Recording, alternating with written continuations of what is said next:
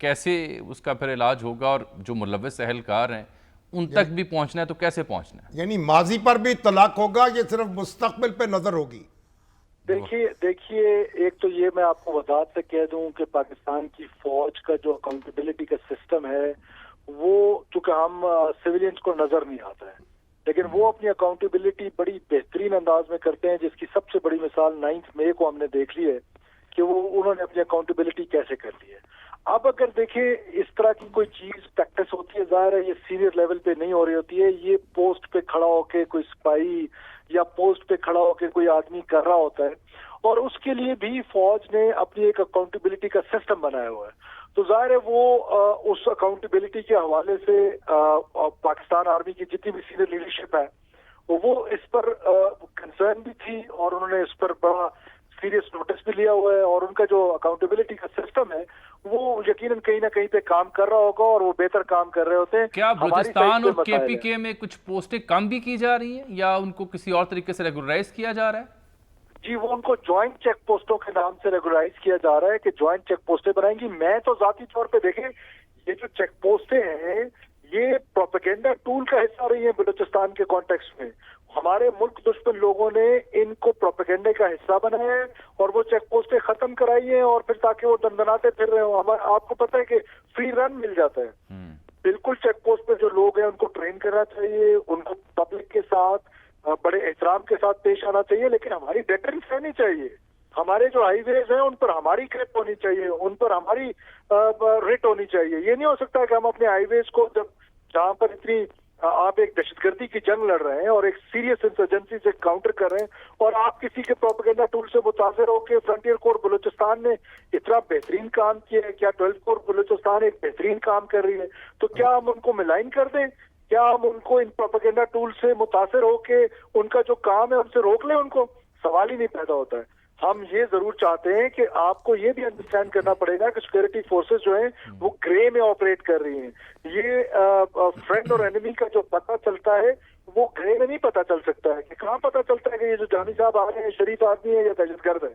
تو اس کے لیے ظاہر ہے روکنا پڑتا ہے، پوچھنا پڑتا ہے، تو اس کو کوئی مائنڈ نہیں کرتا بلوچستان میں، لیکن چند مخصوص لوگوں نے اپنے انٹرسٹ کے لیے، چند لوگوں نے اپنی اسمگلنگ کے لیے اس کو پروپیگنڈا ٹول کا حصہ بنا کر اور اس کو اتنا پروپیگنڈا کیا کہ لوگوں کو وہ چیک پوسٹیں ہٹانی پڑی۔ میں تو چاہتا ہوں کہ وہ چیک پوسٹیں دوبارہ آنی چاہیے، ان کو لوگوں کے ساتھ بڑی پیار محبت سے ٹریٹ کرنا چاہیے، لیکن جو دہشت گرد ہیں، جو مسکرینٹ ہیں، جو کرمنل ہے، اس کے ساتھ سختی سے پیش آنا چاہیے۔ بگٹی صاحب آپ ذرا یہ بتائیے کہ اب لوگ گرفتار ہو رہے ہیں، ہمارے فرخ حبیب صاحب پکڑے گئے گوادر سے، شیخ رشید صاحب کو راول پنڈی سے گرفتار کر لیا گیا، صداقت علی عباسی صاحب بھی گرفتار ہیں یا گم ہیں، اور اسی طرح عثمان ڈار صاحب کا پتہ نہیں، کئی ہمارے دوست ہیں، سیاسی کارکن ہیں، رہنما ہیں، وہ ان کو گرفتار کر لیا گیا ہے، کچھ معلوم نہیں کہاں ہیں۔ تو اب آپ وزیر داخلہ ہیں، آپ کے پیش رو جو ہیں ان کی خبر نہیں ہو رہی وہ کہاں رکھے گئے ہیں، تو یہ مناسب بات نہیں ہے کہ جسے پکڑا جاتا ہے اس کے بارے میں اس کا مقدمہ قائم کیا جائے، اس کے بارے میں بتایا جائے وہ کہاں ہے اور دستور کے مطابق اس سے سلوک کیا جائے۔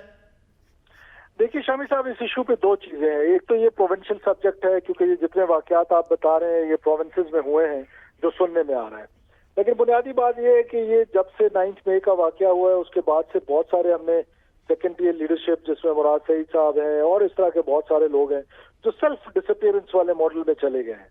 تو اب یہ تو میں اس پر کیونکہ میرے نالج میں نہیں ہے یہ آپ چیز، دیکھیں نا، آپ وزیر داخلہ ہیں، آپ صرف اپنی معلومات کی کمی کا عذر بنا کے تو نہیں بات دامن چھڑا سکتے نا، آپ معلوم تو کریں۔ آپ کے پیش رو ہیں شیخ رشید صاحب اور یہیں سے غائب ہوئے ہیں رہنماؤں نے، اسلام آباد سے۔ آپ جیسے عظیم صحافیوں نے 18th امینڈمنٹ کی حمایت میں قصیدے لکھے ہیں، اور اب اچھا کیا ہے کیونکہ 18th امینڈمنٹ سے پروونسز جو ہیں وہ بڑے اسٹرانگ ہوئے ہیں۔ تو یہ لا اینڈ آرڈر جو سبجیکٹ ہے یہ بھی پروونسز کو چلا گیا ہے۔ ہم نے تو آپ کی باتوں پہ یقین کر لیا تھا۔ چلیے بگٹی صاحب، یہ اللہ کرے کہ اب یہ جو ڈیڈ لائن ہے اور جو آخری وارننگ ہے یہ واقعی آخری ثابت ہو، اور یہ جو غیر قانونی طور پر مقیم ہے لوگ، ان کو ملک بدری کا مشن کمپلیٹ ہو۔ واقعی ایسا کرنے سے تو جائیدادوں کی قیمتیں بھی کم ہو جائیں گی، کئی فوائد ملیں گے پاکستانیوں کو. اللہ کرے ایسا ہو جائے. بہت شکریہ. صوبے جو ہیں